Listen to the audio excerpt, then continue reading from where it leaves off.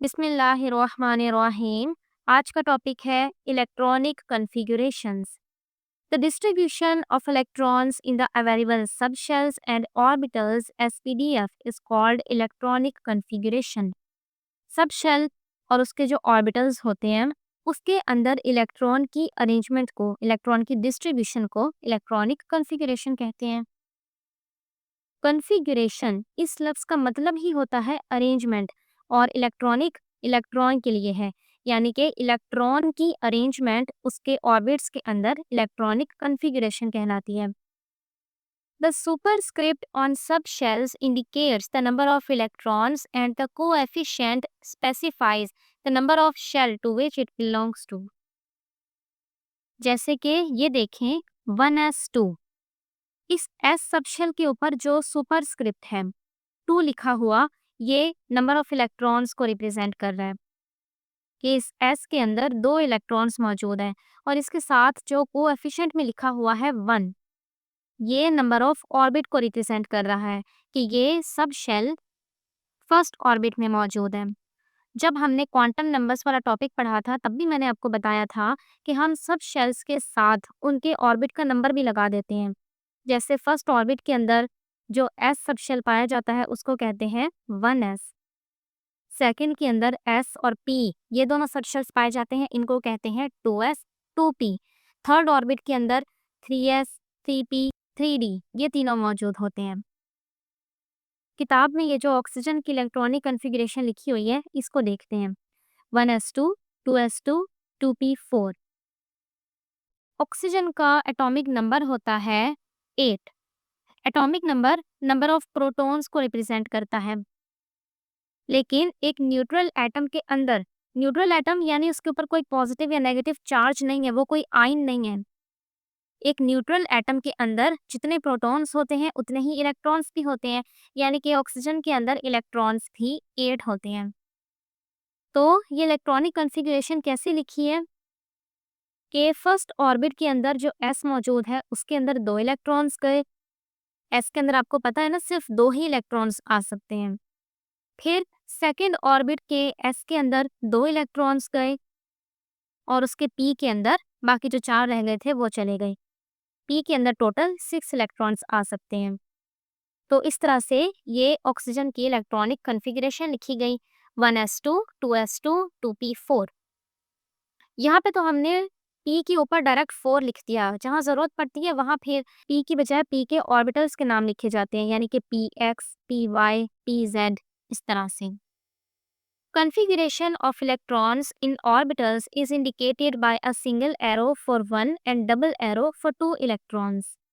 Orbital के अंदर जो इलेक्ट्रॉन्स आते हैं उसको हम एरो से रिप्रेजेंट करते हैं। सिंगल एरो का मतलब है सिर्फ एक इलेक्ट्रॉन, और अगर डबल एरो है इसका मतलब ऑर्बिटल में 2 इलेक्ट्रॉन्स मौजूद हैं।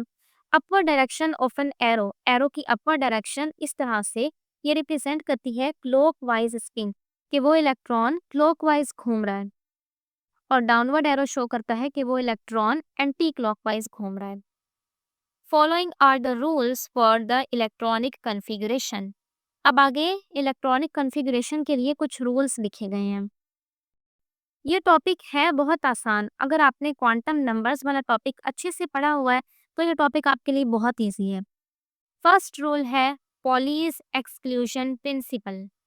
This principle was given by Wolfgang Pauli in 1925 AD and based on experimental observation। ये प्रिंसिपल वुल्फगैंग पॉली ने 1925 में दिया था। ये प्रिंसिपल कहता है in an orbital of an atom no two electrons can have the same set of 4 quantum numbers, at least one quantum number must be different. ये principle कहता है कि एक एटम के अंदर, या फिर कह लें कि एक ऑर्बिटल के अंदर, किसी भी 2 इलेक्ट्रॉन्स के सारे क्वांटम नंबर्स एक जैसे नहीं हो सकते। एक क्वांटम नंबर तो ज़रूर मुख्तलिफ होगा। तो इस प्रिंसिपल के मुताबिक 2 इलेक्ट्रॉन्स इन एन ऑर्बिट में have same values of 3 quantum numbers. ऐसा हो सकता है कि एक ऑर्बिटल के अंदर जो 2 इलेक्ट्रॉन्स हैं उनके n l m ये तीनों वैल्यूज सेम हो, but the value of fourth quantum number s must be different, लेकिन उनकी s की वैल्यू डिफरेंट होगी। अगर एक इलेक्ट्रॉन क्लॉकवाइज स्पिन कर रहा है, दूसरा जरूर एंटी क्लॉकवाइज स्पिन कर रहा होगा। और स्पिनिंग की भी वैल्यूज होती हैं, जैसे इस टेबल में आप देखें, क्लॉकवाइज स्पिन को -12 से रिप्रेजेंट करते हैं और एंटी क्लॉकवाइज स्पिन को +12 से रिप्रेजेंट करते हैं। तो देखिए हीलियम एटम के अंदर सिर्फ 2 इलेक्ट्रॉन्स होते हैं, यानी कि इसकी इलेक्ट्रॉनिक कॉन्फ़िगरेशन हम लिखेंगे 1s2, क्योंकि पहले ऑर्बिट के अंदर जो s सब शेल है उसके अंदर वो 2 इलेक्ट्रॉन्स मौजूद हैं। तो इन दोनों इलेक्ट्रॉन्स के लिए n की वैल्यू भी सेम है, 1 है, l की 0 क्योंकि s सब शेल है, m की भी 0 है, लेकिन s की वैल्यूज दोनों के लिए डिफरेंट है। From the Pauli's principle, it is concluded that an electron can accommodate only 2 electrons and these 2 electrons must have opposite spins. Poly के प्रिंसिपल से हमें पता चला कि एक ऑर्बिटल के अंदर 2 इलेक्ट्रॉन्स आ सकते हैं और उन दोनों की स्पिन एक दूसरे से अपोजिट होती है। नेक्स्ट प्रिंसिपल है ऑफबो प्रिंसिपल। ऑफबो जर्मन वर्ड है, जर्मनी जबान का है। इसका मतलब होता है बिल्डिंग अप, मतलब तामीर, construction. Pauli named this principle as aufbau principle. इस प्रिंसिपल को नाम पॉली ने दिया था। According to this principle, electrons are filled progressively to the various subshells in order of increasing energy, starting with the 1s subshell having lowest energy. इस principal के मुताबिक सबसे पहले लोएस्ट एनर्जी वाले सबशेल्स फिल होते हैं और आहिस्ता आहिस्ता जिन सबशेल्स की एनर्जी उससे ज्यादा होती है वो फिलअप होते जाते हैं। इस प्रिंसिपल के मुताबिक सबसे पहले लोएस्ट एनर्जी वाले सबशेल्स फिलअप होते हैं। यहाँ लिखा हुआ है प्रोग्रेसिवली। प्रोग्रेसिवली का मतलब होता है gradually, Aahista Aahista, step by step, यानी कि ये सब shells step by step fill up होते हैं। पहले एक सब शेल फिलअप होगा, फिर उसके बाद अगले सब शेल में इलेक्ट्रॉन्स आएंगे, फिर उसके बाद उससे अगले सब शेल में इलेक्ट्रॉन्स आएंगे, इस तरह से।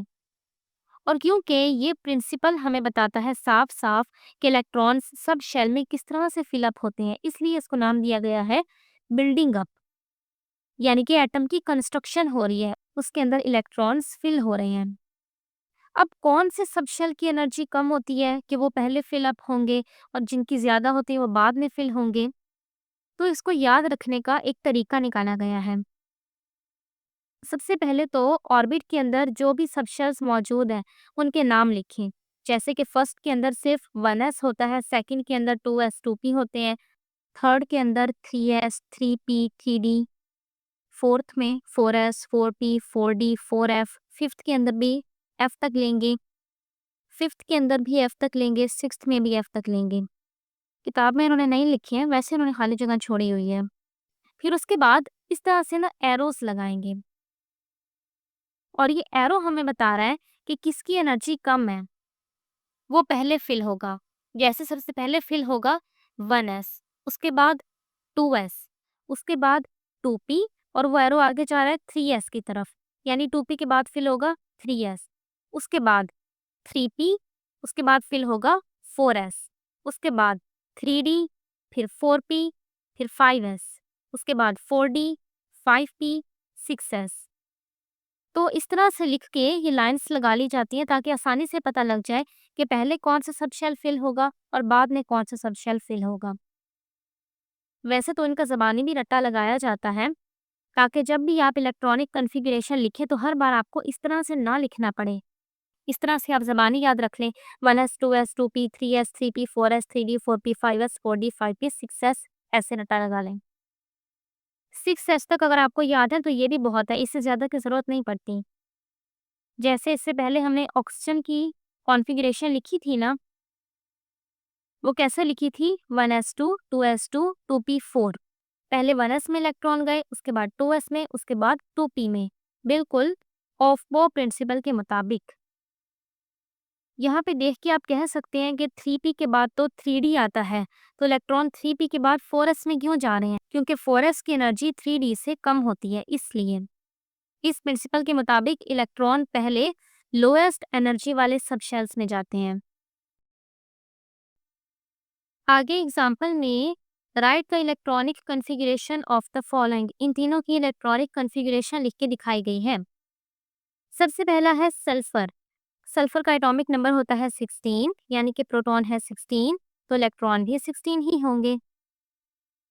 तो अब इन 16 इलेक्ट्रॉन्स के लिए हमने कॉन्फ़िगरेशन लिखनी है, तो वो कैसे आएगी? 1s2, 2s2, 2p6, 3s2, 3p4।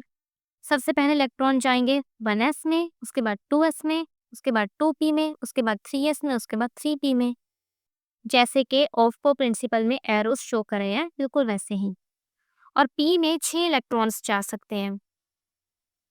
यहाँ p में 6 ही गए हैं और यहाँ पे क्योंकि बचे ही 4 थे इसलिए 4 गए हैं। आगे है सोडियम।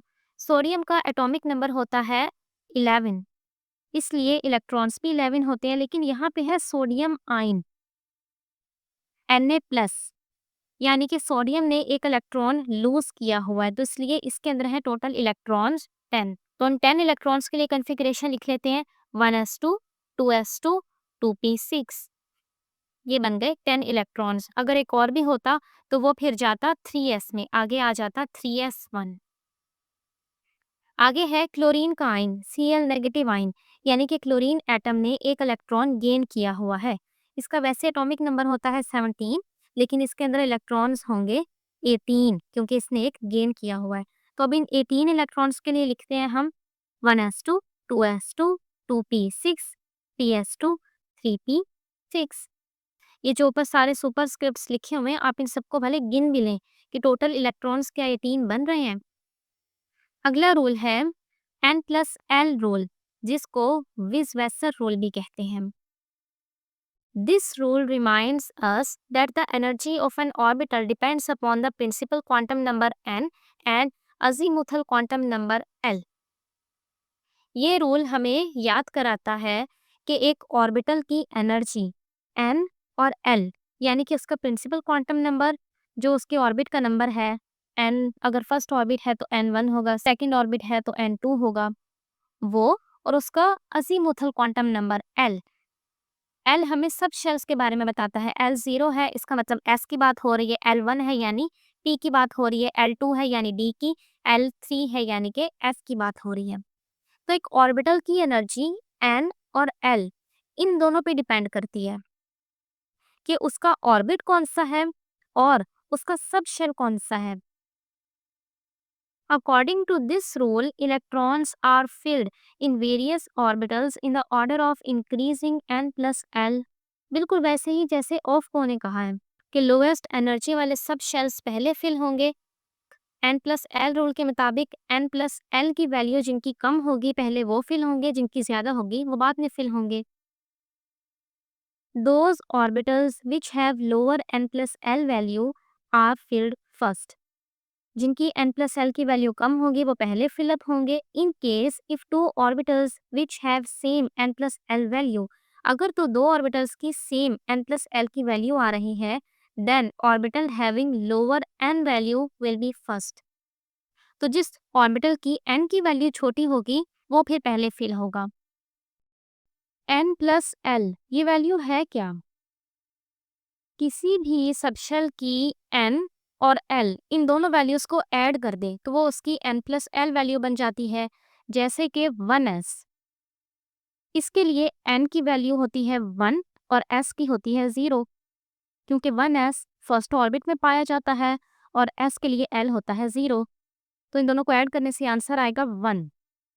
तो 1s के लिए n+l की वैल्यू होती है 1। 2p, इसके लिए n है 2 और p के लिए l होता है 1, तो n+l की वैल्यू आ जाएगी 3। ऑफको प्रिंसिपल और विस-वेसर रूल, ये दोनों चीजें एक ही रिजल्ट की तरफ आती हैं कि पहले कौन से सबशेल फिल होंगे और बाद में कौन से सबशेल फिल होंगे, बस दोनों की अप्रोचेस अलग अलग हैं। टू अंडरस्टैंड n+l रूल, इस रूल को समझने के लिए आगे एक एग्जांपल लिखी गई है। Let us consider the filling of electron in 3d and 4s orbitals. ये दोनों ऑर्बिटल्स हैं हमारे पास 3d और 4s। इन दोनों में से पहले कौन सा फिल होगा, n+l रूल के मुताबिक देखते हैं। 3d के लिए n+l की क्या वैल्यू आएगी? n है 3 और d के लिए l की वैल्यू होती है 2। 3 + 2 = 5। 4s के लिए n की वैल्यू है 4 और s के लिए l की वैल्यू होती है 0। 4 + 0 आंसर आएगा 4। तो इसलिए 3D और 4s में से पहले 4s फिल होगा। आप भले ऑफ्पो प्रिंसिपल में भी देख ले, वहां पे भी 3D से पहले 4s फिल हो रहा है। 4p 5s इन दोनों ऑर्बिटल्स को देखें। 4p के लिए n + l की क्या वैल्यू है? n है 4, p के लिए l होता है 1, यानी कि आंसर आ गया 5। 5s n = 5, s है तो l = 0, तो आंसर आ गया 5। अब आप देखें इन दोनों के लिए n + l की वैल्यू आ रही है 5। तो ऊपर हमने पढ़ा है कि अगर n + l की वैल्यू सेम है तो फिर जहाँ पे n की वैल्यू कम होगी वो पहले फिलअप होगा। तो 4p और 5s इन दोनों में से n की वैल्यू कम है 4p की, इसलिए पहले 4p फिल होगा। आगे सेल्फ असेसमेंट में सवाल दिया गया है, दो दो ऑर्बिटल्स दिए गए हैं और बताया है कि बताएं इन दोनों में से किसकी एनर्जी ज्यादा है और किसकी कम है। मैंने इन चारों को यहाँ पे सॉल्व किया है, आप यहाँ से आंसर्स भी देख सकते हैं।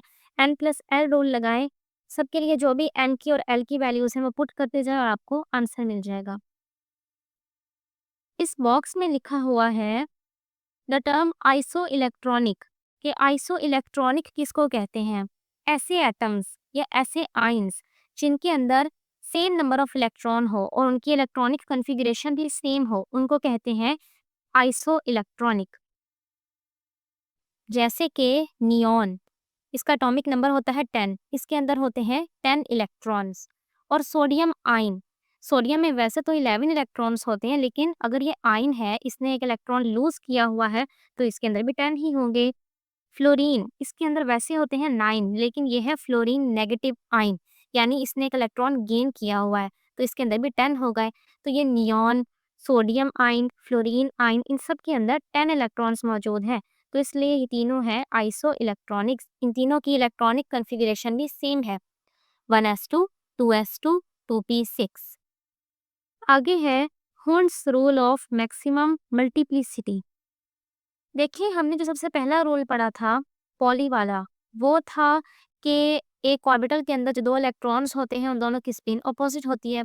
उसके बाद ओफ्को प्रिंसिपल और n + l रूल, ये दोनों सब एनर्जी लेवल्स के बारे में थे कि पहले लो एनर्जी वाले सब शेल्स फिल होते हैं, उसके बाद हाई एनर्जी वाले सब शेल्स। हर्ट्ज रूल ऑर्बिटल्स के बारे में है। एक सब शेल के अंदर जो ऑर्बिटल्स होते हैं, जैसे कि p, इसके अंदर कौन से तीन ऑर्बिटल्स होते हैं? px, py, pz। और अगर वो सब शेल है 3p, तो उसके अंदर फिर होंगे 3px, 3py, 3pz। इसी तरह से 3d, इसके अंदर जो 5 ऑर्बिटल्स हैं उनके नाम है 3dxy, 3dxz, 3dyz, 3dx² - y², 3dz²। और ये बात भी आपको पहले ही पता है कि एक सब शेल के अंदर जो भी ऑर्बिटल्स होते हैं ये होते हैं डीजेनरेटेड ऑर्बिटल्स, यानी कि इनकी एनर्जी सेम होती है। 3px, py, pz इन तीनों की एनर्जी सेम है। In 1927, German physicist Friedrich Hund gave his rule for filling of electrons in degenerated orbitals known as Hund's rule of maximum multiplicity। 1927 में Frederick Hund ने अपना रूल दिया कि डीजेनरेटेड ऑर्बिटल्स में कैसे इलेक्ट्रॉन फिलअप होते हैं, और इस रूल को कहते हैं Hund's rule of maximum multiplicity. According to this rule, in available degenerated orbitals, electrons are distributed in such a way that maximum number of half-filled orbitals are obtained। यानी कि degenerated orbitals में electron इस तरह से fill होते हैं कि पहले ऑर्बिटल्स हाफ फिल अप होते हैं, यानी पहले ऑर्बिटल्स में इलेक्ट्रॉन सिंगल सिंगल फिल होते हैं। जैसे आपके पास है p सबशेल, इसके अंदर 4 इलेक्ट्रॉन्स हैं। इसके अंदर कौन से ऑर्बिटल्स होते हैं? px, py, pz। 4 इलेक्ट्रॉन्स है ना, तो सबसे पहले ये ऑर्बिटल्स हाफ फिल्ड होंगे, यानी px के अंदर एक इलेक्ट्रॉन जाएगा, py के अंदर एक इलेक्ट्रॉन जाएगा, pz के अंदर एक इलेक्ट्रॉन जाएगा। ऐसा नहीं होगा कि शुरू में ही px के अंदर 2 इलेक्ट्रॉन चले जाएंगे, py में 2 इलेक्ट्रॉन चले जाएंगे, बस खत्म। ऐसा नहीं होगा। पहले डीजेनरेटेड ऑर्बिटल्स हाफ फिल्ड होंगे, सबके अंदर एक-एक इलेक्ट्रॉन जाएगा। फिर जब ये डीजेनरेटेड ऑर्बिटल्स पूरे हो जाएंगे तो फिर जो मज़ीद इलेक्ट्रॉन्स होंगे वो पेयरिंग के फॉर्म में आएंगे। यानी पीजेड के बाद अब पीएक्स के अंदर इलेक्ट्रॉन की पेयरिंग होगी, दूसरा इलेक्ट्रॉन एंटर होगा। और ये जो दूसरा इलेक्ट्रॉन एंटर होगा, जाहिर है कि इसकी स्पिन उस पहले वाले से ऑपोजिट होगी। और जब शुरू में ऑर्बिटल्स सिंगल सिंगल फिलअप होते हैं तो सबके अंदर एक जैसे स्पिन वाला इलेक्ट्रॉन ही एंटर होता है। पीएक्स के अंदर इलेक्ट्रॉन की जो स्पिन थी पी वाई में भी वही थी, पी जेड में भी वही थी। और जब पेयरिंग स्टार्ट होगी तो फिर उनकी स्पिन ऑपोजिट होती जाएगी। ऐसा क्यों होता है कि पहले इलेक्ट्रॉन्स सिंगल सिंगल फिल होते हैं? क्योंकि unpaired electrons are more stable than paired electrons. क्योंकि अनपेयर्ड इलेक्ट्रॉन्स पेयर्ड इलेक्ट्रॉन्स के मुकाबले में ज़्यादा स्टेबल होते हैं। क्योंकि जब इलेक्ट्रॉन्स पेयर्ड की शक्ल में होते हैं ना तो उनके अंदर रिपल्शन होती है। जाहिर इलेक्ट्रॉन पे नेगेटिव चार्ज है, दो नेगेटिव नेगेटिव दरमियान रिपल्शन होगी, तो इसलिए सिंगल सिंगल ज़्यादा स्टेबल होते हैं। अब आगे कुछ एलिमेंट्स की इलेक्ट्रॉनिक कन्फिग्रेशन लिखी गई है हुन्स रूल के मुताबिक। कार्बन, इसमें होते हैं 6 इलेक्ट्रॉन्स। सबसे पहले 1s, इसके अंदर 2 इलेक्ट्रॉन्स आ गए, ऊपर 2 की बजाय उन्होंने 2 इलेक्ट्रॉन्स के एरोज बना दिए। उसके बाद 2s के अंदर 2 इलेक्ट्रॉन्स आ गए। उसके बाद 2px में 1, 2py में 1 और 2pz में कोई भी नहीं, क्योंकि कोई बचा ही नहीं, 6 पूरे हो गए। इसी तरह से नाइट्रोजन में देख लें, 1s2, 2s2, 2px1, 2py1, 2pz1। आगे देखें, इसी तरह से फ्लोरीन की देख लें भले, 1s2, 2s2, 2px2, 2py2, 2pz1। और ये इस तरह से फिल नहीं हुआ कि पहले 2x के अंदर 2 इलेक्ट्रॉन चले गए, फिर 2y में चले गए, एक बच गया वो 2pz में चला गया। ऐसे नहीं हुआ। पहले 2px के अंदर एक इलेक्ट्रॉन गया, फिर 2py में गया, फिर 2pz में गया, उसके बाद 2px में गया, फिर 2py में गया। अस्सलामुअलैकुम।